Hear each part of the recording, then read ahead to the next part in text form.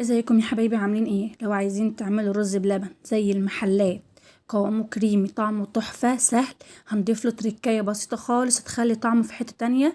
انا اول مرة اعمله ويطلع معايا زي المحلات، قوامه كريمي، محدش كله غلو قال لي طعمه تحفة تحفة تحفة.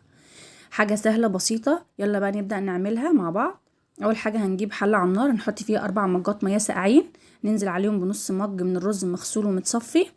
هنغطي عليهم بقى على نار هاديه خالص، ونقعد نقلب في الرز كل شويه عشان نتاكد ان هو ايه، ما يلزقش ويبقى طري معانا. هنجهز عندنا مكعب من الزبده، وده اللي هتخلي طعمه في حته تانية، معلقه من القشطه، معلقه كريم شانتيه، معلقتين نشا، مع نص مج من السكر.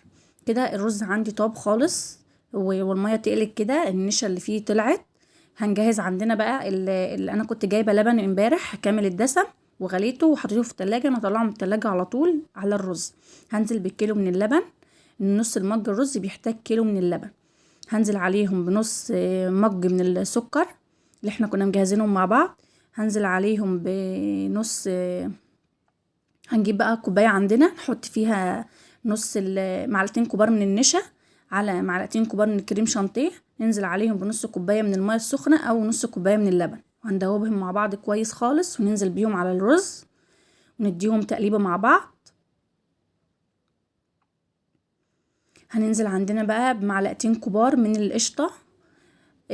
انا كنت مطلعاهم من على وش اللبن كان عندي ما شاء الله اللهم بارك، كان جايباه من عندي اللبان. كان كامل الدسم جدا، كل القشطة دي طالعة من على كيلو لبن بس. هننزل عندنا بقى مكعب من الزبدة، وده اللي هيخلي الرز عندنا في حتة تانية خالص، هيخلي الطعم تحفة. وملمسه كده بيبقى كريمي خالص وطعمه جميل جدا. هنقعد نقلب بقى على نار وسط كده، نقلب في الرز لحد ما ياخد غلوتين بالظبط. هو كده عندي خد 5 دقايق بالظبط، لحد ما خد غلوتين كده.